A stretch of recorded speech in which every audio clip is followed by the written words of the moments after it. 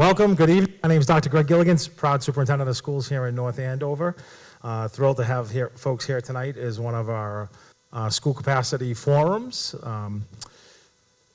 First, I'd like to introduce a few folks. Not with us tonight. Melissa Murphy-Rodriguez, the town manager, can't make it tonight, but we do, as I just mentioned, have Lori Burzlaff from the town, the Director of Administrative Services.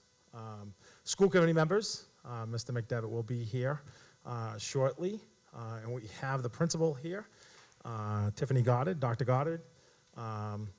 Also with me tonight is Dr. Jim Nealy, Assistant Superintendent for Finance and Operations, and Mary Lou Connors, our Director of the Early Childhood Development. So thrilled to be here to talk about our project. So as many of you know, we have been working with the community in the town. The school committee sent a recommendation to the Facilities Master Plan 2 committee with several projects in it, which include the Atkinson, Franklin, Kittridge, the middle school, Fire Station number 2, as well as the Youth Center. And these projects are really critical to our schools for the long term.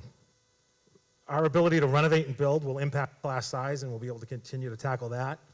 Become ADA compliant, provide the space and equity needed for 21st century learning, and build capacity for future growth. So when schools simply were built, like the Kittridge School, which is 71 years old, and the Atkinson, the Franklin are all getting close to that.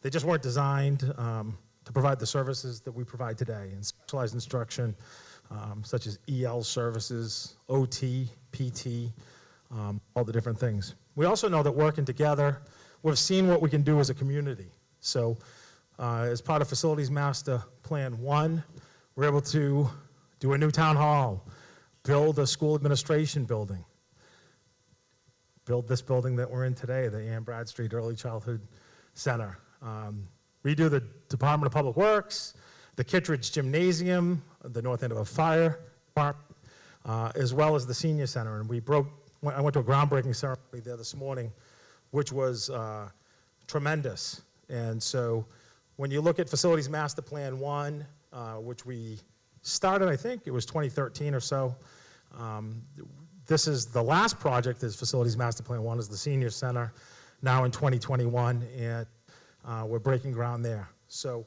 this project and these projects for the schools probably will be the most impactful thing for our schools for the next 30, 40, 50 years, and have the ability to serve generations to come. And with that, I'd like to introduce Chair of the School Committee, Andrew McDevitt, is here. And now I'll turn it over to Dr. Nealy, and we'll be going back and forth between slides. Dr. Nealy. Thank you.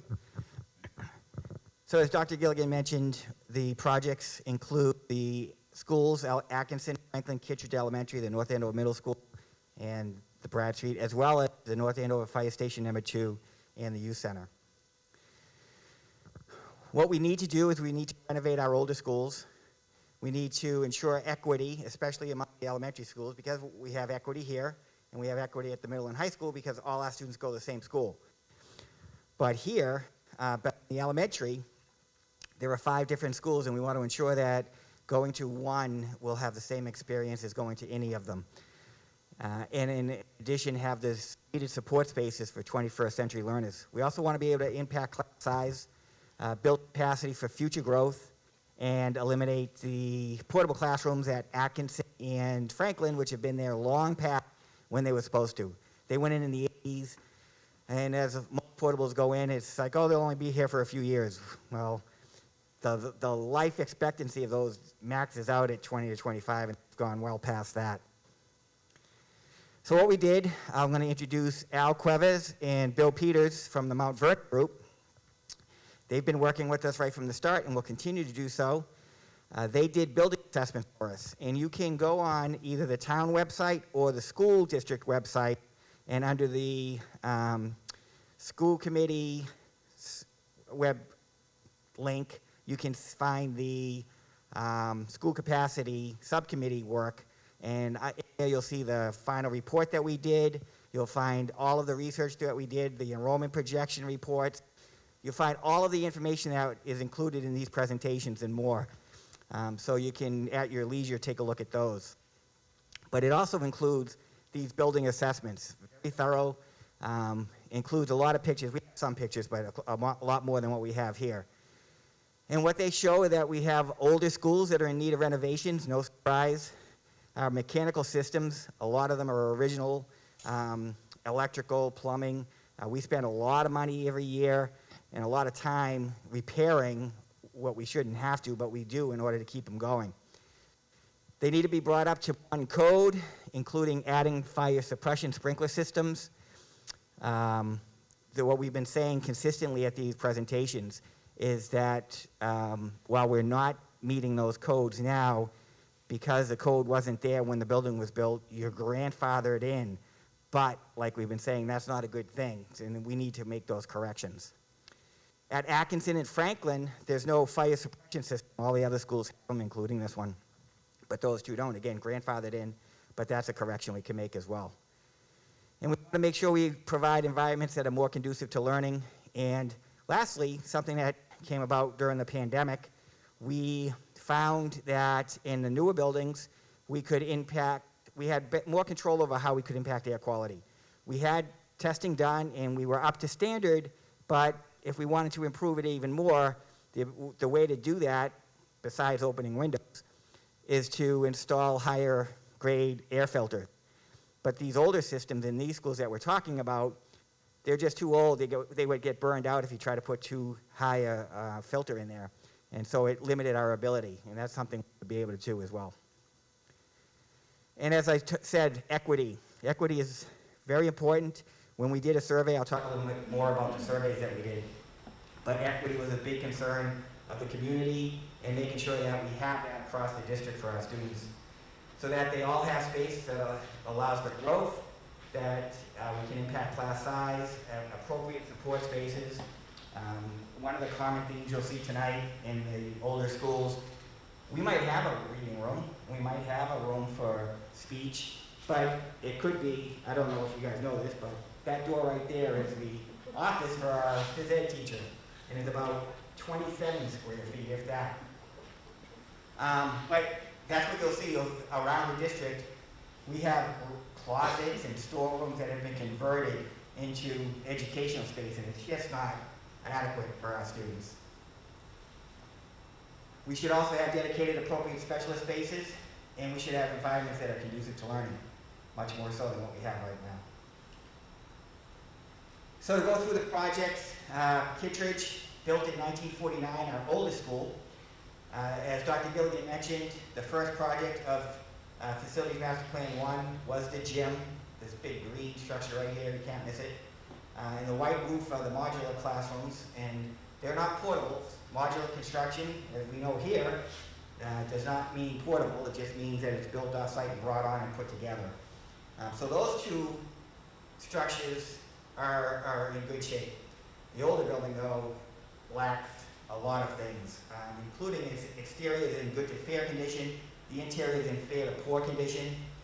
These ADA requirements that we talked about and the modern code, we need to replace the systems. The steam boilers are with hot water. We want to replace them with a more efficient hot water system that would be effective and efficient. Electrical is mostly original and in fair to poor condition. So if you look at the assessments that are online, you'll see more of these pictures, but just right from the beginning, this one here up in the left-hand top corner, if you come into Kittridge, these three stairs you have to go up, and then immediately on the right is the nurse's office. So if you're in a wheelchair, the only way to access it is to actually go outside, come in through that classroom at the end of the corridor, and then go into the nurse's office. So definitely not what we want for our students. And then the other things you can see, water infiltration in some places. You can see where there are non-ADA fixtures and original equipment that needs to be replaced. One of the things that we were asked last night is, what exactly do you mean when you say renovation? That means that the building gets gutted. and all the systems get replaced, and then you get new fixtures and new walls and ceilings and flooring put in. One of the things that we did for each school, each elementary school, was a space analysis. So as I said earlier, we might say we have an art room or a library or a nurse's office or OTPT, but most of those are converted spaces in Kittridge. This column here shows the Mass School Building Authority guidelines for what they recommend those types of spaces should have for square footage. So art should be 1,000 feet.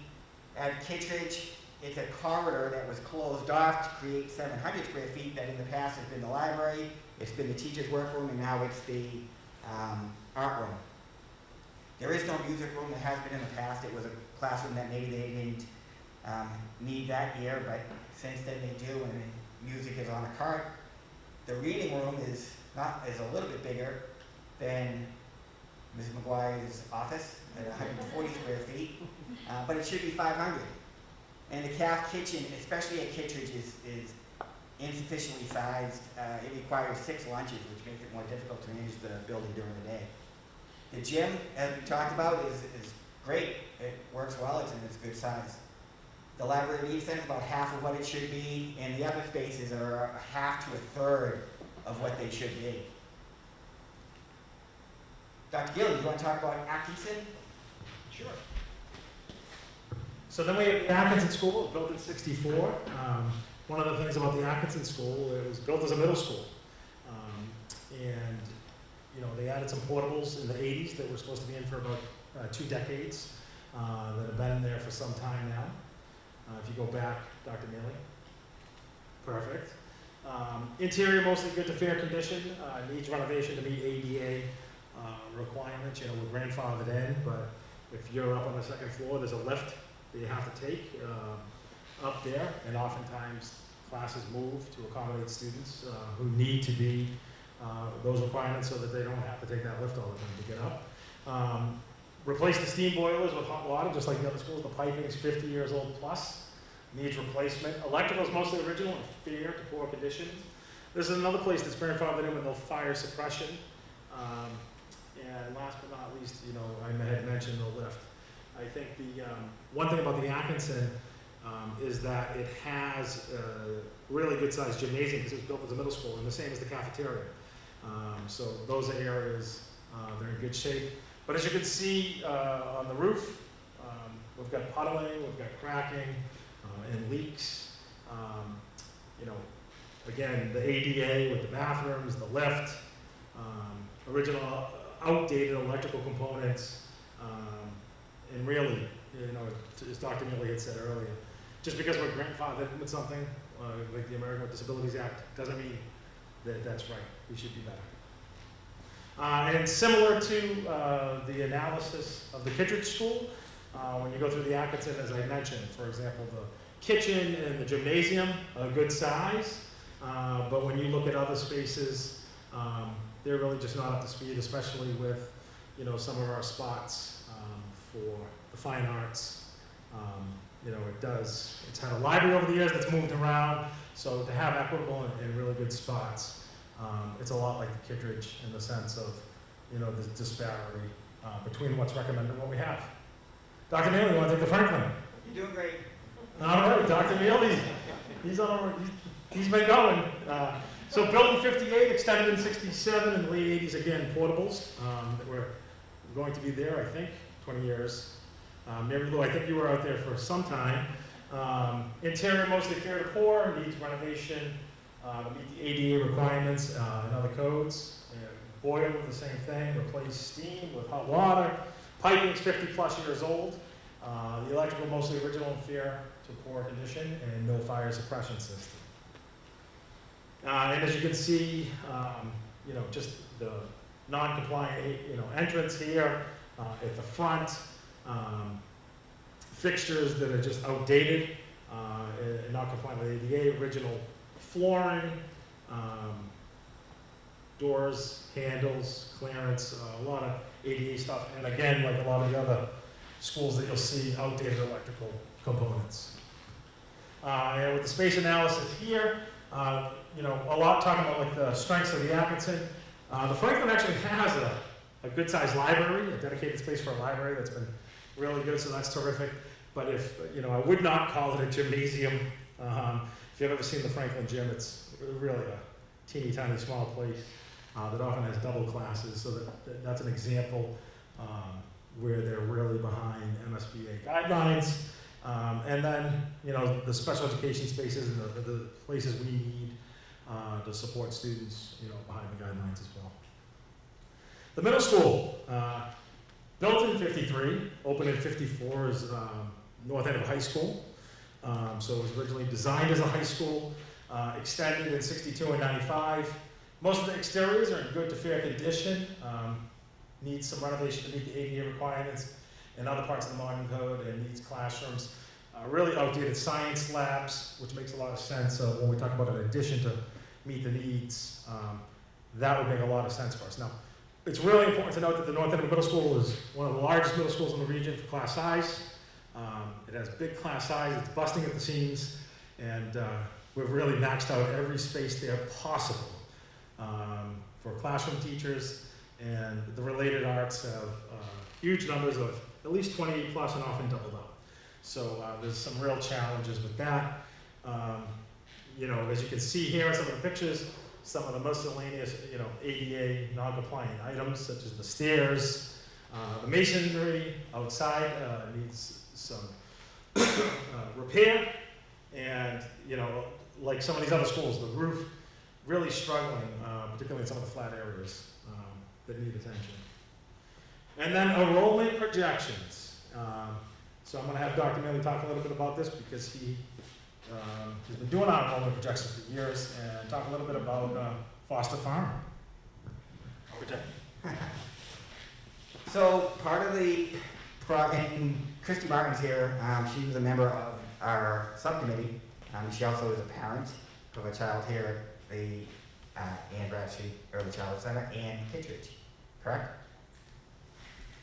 So that subcommittee, one of the things we did was look at enrollment projections. Very sensitive to what's been done in the past with regards to enrollment projections for those who have been here a while and maybe know about Foster Farms. Dr. Ewing was just referring to that project back in the early 2000s where they used some enrollment projections, and I'm just going to jump ahead.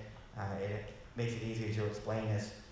This graph, what happened, we think, during that effort for Foster Farms is there started to be a spike in enrollment. And if you follow that line as if it was going to continue, which is what they thought would happen, then you would have seen 1,000 more elementary students that they projected. But because they only looked at 3 years, it turned out to be incorrect. What we did was we looked at a 25-year period to kind of flatten out those peaks and valleys that occur. And what we've seen is that there's a general average increase of, you can see at 34.9, we've been saying 35, about 35 students per year. And the two independent consultants that we had do the projections, one was 25.9, the other was 48.4, and if you average those two out, you get about the same number. So their projections and the trend are about 35 per year. And that takes into account developments that are occurring, the birth rate that's occurring, and just kind of trends that they see in move-ins and move-outs as well. So it takes everything that you could imagine into account. So based on, if you did not participate in our surveys back in the spring, late winter, early spring, last year, we had a great response to the surveys. We did a community survey, we did a staff survey. And if you combine the two, we had almost 1,000 responses. And it was clear, based on that response, what the community wanted. And it was that we maintain the current grade distribution. We looked at a lot of possibilities. We tried to identify all the possibilities and put those out there. But the survey results were clear that the community would prefer to keep the current grade distribution, which is kindergarten here, 1 to 5 in elementary, 6 to 8 at middle school, and 9 to 12 at the high school. that we maintain our neighborhood schools, and then what we do is we address equity, support spaces, 21st century learning, class size, and enrollment growth at the elementary schools and the middle school. That we finally get rid of those portables, but we always, in North Andover, are trying to be fiscally responsible. So I'll let Dr. Gilligan talk to this because this was his idea. Well, as a former high school teacher, history teacher, I love Venn diagrams. You know, but similar to all the projects is really the ADA compliance, the code compliance, remove the portables, add classrooms and support spaces that are appropriate, equitable, and when necessary, renovate the exteriors and update the systems. Site-specific is the Franklin Gym. In addition, at the middle school, the Atkinson, you know, for example, the elevator, something like an elevator, or an elevator itself. The ABECC gym, Nasium, as you can see. The cafeterium here was reduced in size when the project was built, and that would be part of it. The Atkinson and the Franklin additions, and then fire suppression in the other buildings. Before I get to the Kittridge as a new school, the two other projects in here would be the youth center and the fire station at the Salem-Johnson split. And fire station number 2 would add an additional bay for an ambulance, and it would add additional quarters. We have female firefighters, we have for some time now, to provide the appropriate sleeping quarters in the areas necessary. At the fire station and at the youth center, we know, I mean, Rick's got an unbelievable, Rick Gorman runs a tremendous program out there, and they'd be adding additional flex space and rooms off to the back. The new Kittridge school, the recommendation to be new, really, I'm going to steal a line from Dr. Nealy. It's about putting our worst foot forward with the Massachusetts School Building Authority, the MSBA. We've applied for the middle school for several years now. Make no mistake, we know that the middle school class size is, and the middle school is a top priority, but we applied this year for the middle school again with the MSBA, but also for the other projects as well, the Atkinson, Franklin, and the Kittridge. And 58 communities applied for their core program. It was reduced down to 20, where they actually did typically it's a conference, but we did a Zoom conference, and then they came out to do what's called a senior study, which is a site visit with engineers, architects, and they came to really examine the spaces. And the building really spoke for itself. Every single space, just like in a lot of our, you know, just like the Franklin and the Atkinson and our other schools, has been converted into spaces that it was not meant for. So closets are reading rooms. Former bathrooms are now used to, you know, provide other services. The stage is for speech, you know, so we have a guidance counselor in a closet. So those types of things, they've been very creative over the years. And for the Kittridge School, we hope to hear from the MSBA on their decision sometime in December. It will either be December or March. And really, it's critical. This is probably the biggest ticket item. If we can get that through the MSBA, the funding that will be provided will be a big tax relief, take a burden off the community, and allow us to then also pursue those other projects, which include the middle school. Dr. Nealy, I'd love you to take us through the concepts. So a couple of questions that come up during these presentations and kind of burying the lead, the purpose of these fall public forums is really to make people aware of these projects. As I said, you can look online and see the whole process that we went through to reach the final recommendation. But it's to let people see what we're looking to do with the understanding that the final timeline and funding plan is being developed. And as Dr. Gilligan just mentioned, a big part of that equation is a decision by the MSBA with regards to Kittridge. A lot of people are aware that for the past 4 years we had been submitting for the middle school. This past year we submitted for the middle school, Kittridge, Atkinson, and Franklin. And in conversations we had with MSBA, they suggested put your worst foot forward, that you have to prioritize these because we're going to look at them and we're going to look at your first priority with the most interest. And So we put Kittridge ahead of all the others because we thought it gave us the best chance of approval. And it's the most expensive of all the projects. So it would be the one that would give us the biggest payback if they do choose to accept us into the program. The way that the program works is if accepted in, they will reimburse you at a rate dependent on your town's economic situation. So a town like North Andover, when we did the high school, 64.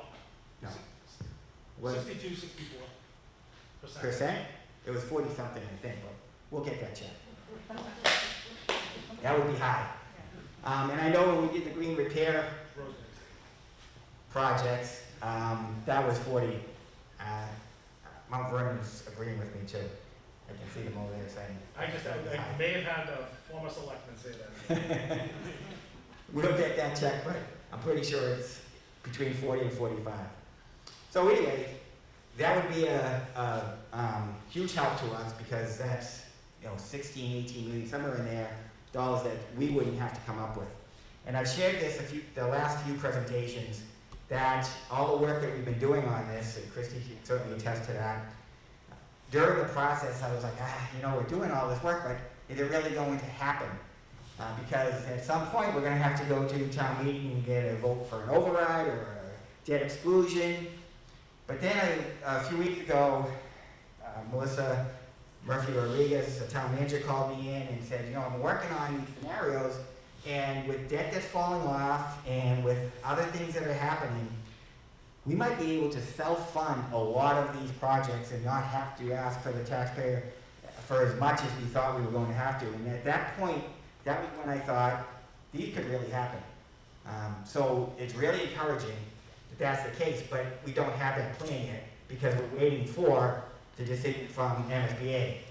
Now, if they don't bring us in, we're still moving forward with the facilities master plan, but it changes everything. And so they have told us, and as Melissa said last night at the select board meeting, she really pushed them. They decide in December, and then the final decisions for some other projects, the last projects that are in the program, in March. So she really asked them, if you can at all, if you're going to bring us in, let us know by December. It would be a huge help to us. So we're hopeful that's the case.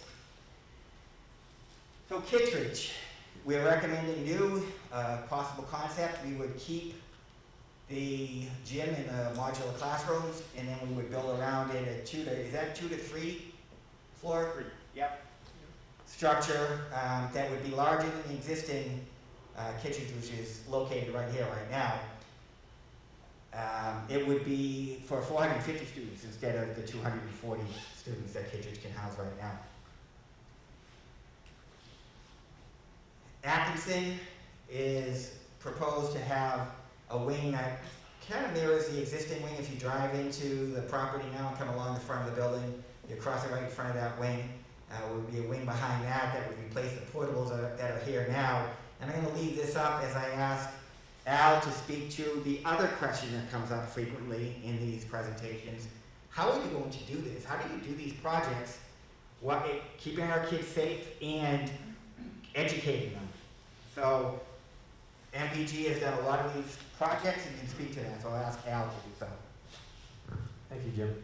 So basically there are two main components to construction phasing. And number one is the safety of the students, teachers, and parents. And the way we achieve that is to completely separate the construction areas, including the building and site, away from parents, students, and teachers. The second part to that is educational delivery. So we work with the district to figure out, okay, how much of the existing building either we can take or not take, so that we can decide how much construction we can do up front so that we can minimize the amount of construction phasing in the project. In this particular case, and each project is will vary a little bit, but for the most part the same concept is we would probably end up beginning to do the construction of the new, which is in the sort of the brown color first. The students would maintain operating in the existing school in blue. Once that's completed, a good chunk of the teachers and students will shift into the new portion of the building, And then the portion that they remove, they get out of, we start renovating. So this particular project would probably have 2 to 3 phases. That particular would be probably like a 30-month project, but it would maintain the students in the school, keeping it completely separate from the construction. We would control sound, noise, and any kind of dust control during the construction process. We'd have weekly meetings, including the contractor and people from the community to make sure that they're aware of everything that's going on, and the teachers, so that there's no surprises during the whole process. But that's basically the basic concept, how we do that. Each project will be, little variations of each, but conceptually, that's how it happens. Thanks, Al. So for Franklin, you can see there's currently a portable right here that would be placed, and that's where the gym could go. And then we could add some additional classrooms and support spaces at the back of what is the back of Franklin that would allow us to connect the wings in the back as well, because right now, if you come down this wing, if you've ever been to Franklin, you have to come all the way back out and then to get to the other wing. And this would allow you to access it either in front or back, connecting the whole building. And right here is where the other 2 portables are. Franklin may be replaced as well. And then the middle school, this one always catches interest because the preliminary preference of those who have looked at this is with regards to where to put the additional classrooms and science rooms is the existing courtyard. Some people like the courtyard and would like to preserve it. They say, well, maybe we could go out by the cafeteria or the front of the building. In the end, once we hire a design firm, they'll look at this and decide what makes the most sense. With input from, one thing we didn't mention is that for all school projects, it's required that the school committee, in conjunction with the town moderator, right, Andrew, Lori, forms a school building committee who oversees construction projects. So they would be the one, a design firm would be asking for input and proposing locations and getting approval for those. But the preliminary one is a 2-floor structure in the courtyard that would still allow for natural light for the existing classrooms and the new classrooms and science labs. And then there's here. Right now we're right about there. But the site, the footprint of the existing preschool playground would be large enough for a more standard sized gym that would be much better for this facility, a facility of this size. And in talking to some, we would anticipate probably moving the preschool playground just over here next to the existing kindergarten playground. In addition, there'd be some support spaces that would kind of connect the gym and coming straight in from the front doors, utilizing that courtyard here for a little bit as well. And then the other projects that Dr. Gilligan talked about at the junction of Salem and Johnson, the fire station number 2 would be the additional bay he mentioned, and the living quarters and support spaces in the front of the building. And the youth center, as that grows, some flex space for them in the back of the building. So the group that will be working on the timeline with the town manager and the funding plan include Lori, who's here, the Director of Town Administrative Services, Steve Foster, who's our Facilities Manager, Paul Hutchins, who is our Chief Building Inspector, myself, Lynn Savage, who is the Finance Director, and Jim Stanford, who is the Public Works Director. I've highlighted the public forums that we've had so far. After tonight, I'll be able to highlight DAC in this one as well. And then all we'll have left for the fall public forums will be December 1st at the Youth Center at 7 o'clock. And like I said, we will be having more of these coming out of the holidays once we have the funding plan and the timeline put together. And that's kind of the timeline where the school committee made the recommendation to the facilities plan working group. The group is meeting, we're conducting these public forums, we're putting together the cost estimations and timeline. Again, we hope to have that decision from MSBA in December, and then we'll continue public education and support initiatives coming out of the holidays between January and May leading up to our next town meeting. At that meeting, it might not just be one project that we're looking for approval for design of, it could be more than one, which is why the S is at the end of that. And then the following year, we would be looking for approval of construction. One thing that we want to be right up front about, when we first started Facilities Master Plan 1, it was pretty much 1 year was design, and the next year was design, construction of that one, and design of the next one. And for the first few, it was consecutive years. But then you see the senior center took a little bit longer for that to happen. Given that we're going to be trying to fund this on our own much more than we originally anticipated, that's going to push this timeline out a little bit, so it won't be every year we'll be having a project. There might be a break in between as we recalculate or, as debt falls off, you have to kind of time it with when that's happening. The high school, let's say last night it was 2025, right? Yeah. And that's a big chunk that allows us to then use out that funding for borrowing for other projects. So as those things kind of match up, that's what's going to determine the timeline. And then some of the things that have come up, we're going to open it up to questions in a minute, but some of the things that have come up in previous meetings, taking advantage of what we've learned from the pandemic, trying to get some positives out of this. We've really seen the importance of making sure that our facilities have technology needs that are met, so that the capacity for the internet, that the infrastructure for our technology is all there, so that we can provide when we have to those technology needs. We also want to continue to partner with the Stevens Library. We've been doing that for a while now. We want to continue, and there could be more opportunities for that. The other thing we've seen, we don't have tents for the Bradstreet, but all the other schools, you'll see tents up, and the teachers are using that. Either the students are eating there, taking breaks out there, or even conducting classes out there. So are there ways that we can better utilize our outdoor space around our schools than we have been in past years? So let's look at that during the design process. And we already talked about how we can make sure our children will be impacted by these projects. Dr. Gilligan mentioned earlier. With regards to the timing, those who are here who have children at the Bradstreet, you won't see the benefit of the gym unless you have more children. Your students here won't see it. But as they move through the system, they'll go to some of these elementary schools, they'll go to the middle school, and one of the reasons that the middle school, in almost all of our models, I think all of them, is right up front, is so that it impacts all students. So that's one of the considerations that we've been taking is how do we make sure that all students are impacted with this plan. And then when we have that plan, as I said, we hope to have it by December. Coming out of the holidays, we'll have some more of these public forums to share it with you. Dr. Gill, did you want to add anything at the end here? I just wanted to say that, I've said this at a few meetings. They say, when's the best time to plant a tree? Might have been 20 years ago. When's the second best time is planted today. And so when we talk about the Atkinson Franklin, the middle school in Kittridge, it has an average age of 65 years old. And then I think about our newer schools, and I think about Thompson Sargent in the high school.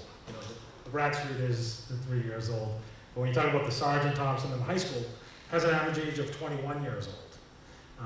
And so I'm really excited about these projects because I cannot tell you how much, words almost seem inadequate to say. These projects will be so impactful for this community for the next 40 to 50 years and impact generations to come. That's how important they are. And it's about creating the best places for our educators to teach and for our students to learn. And this will be transformative for this community, and it will be a legacy of the working group and all the people at this time really creating a tremendous future for generations to come. And with that, I'd be happy to open up to questions.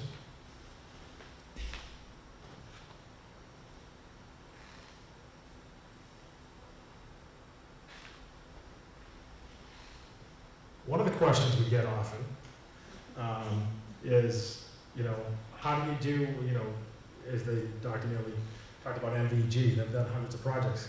How do you do one project, while school's in session?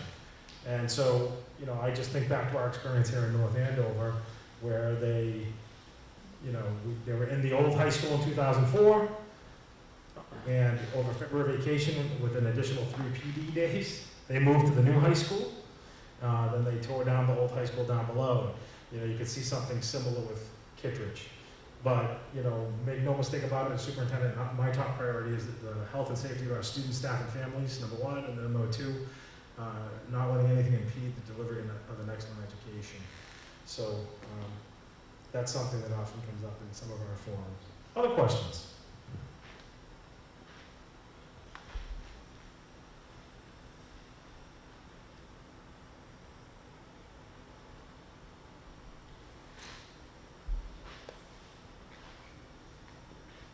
Dr. Nealy, do you have any additional comments? I was trying to think of a question, but. So do you anticipate Kittridge would be the first project to get the funding? Sorry. Yeah, so Kittridge plays a big role, I think, as Dr. Nealy mentioned earlier. A lot of folks want to say, well, what's the order now? What's the exact plan now? As part of the process, really that MSBA decision plays a huge role. Because if it funds the Kittridge, it somewhere in the 40 to 45% reimbursement rate for the Kittridge. If we could get that, would really free up monies for some of the other projects, so we can move forward. It might change if it's not approved, but one of the other considerations for Kittridge being the highest ticket item is the fact that the longer you go out, the more inflation will increase the cost. So that's another justification for having it up front. Another one is the fact that it's going to increase capacity. So when we talked about phasing, that might, it increases capacity in the district. It might allow us to move some students over there temporarily while we do some work at another school. So there's other considerations. It doesn't mean that it would stay up front if it's not approved, but there's a lot that goes into that. Aside from the recommendation, or the middle school and the Kittridge being first, was there a prioritization for the other projects? Are they in order? They're certainly not in order in the presentation. Did we make a So part of our recommendation? Were they prioritized? when we submitted to MSBA or in this? To the town, to people. Yeah, so again, if you look at, I just talked about some considerations we have with Kittridge and where it goes. The middle school, like I said, in all the models, it impacts the most students, so that's up front. Then you get into Atkinson and Franklin, and it kind of depends on the cost of that particular renovation and how much funding we have available, how they match up. And if they're fairly close, then we have to make a decision at that point of which one we want to have go first. But yeah, it hasn't happened yet as far as prioritizing those. And I think just part of the process is all the work of the school capacity subcommittee all spring and through the summer into the fall. It was for the school committee to vote a recommendation, which they did, and then we've been having these forums, but now it's with the Facilities Master Plan 2 committee, and they're looking at really the financing plan, the order, again, the project with the MSBA at Kittridge plays a huge role, so there's a lot of moving parts. We know that the middle school is the most overcrowded, and then really it's looking at what happens with that MSBA decision for Kittridge, with the middle school being a top priority, but the others, how do they fit into that pieces of the puzzle? And then once they're ordered, then we'll continue to move forward. And then we plan to, continue to have a campaign to make people aware, but also to promote the plan after the holidays or the winter recess.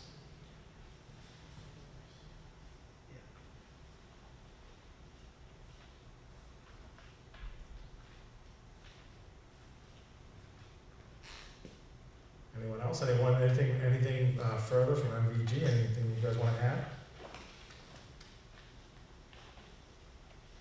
Well, we appreciate you folks coming out tonight. I know that all the forums are posted on YouTube. NACAM has absolutely been tremendous in covering this, and I'd encourage anyone watching this tonight or the other ones. We were at the select board last night in a joint meeting between the select board and the school committee.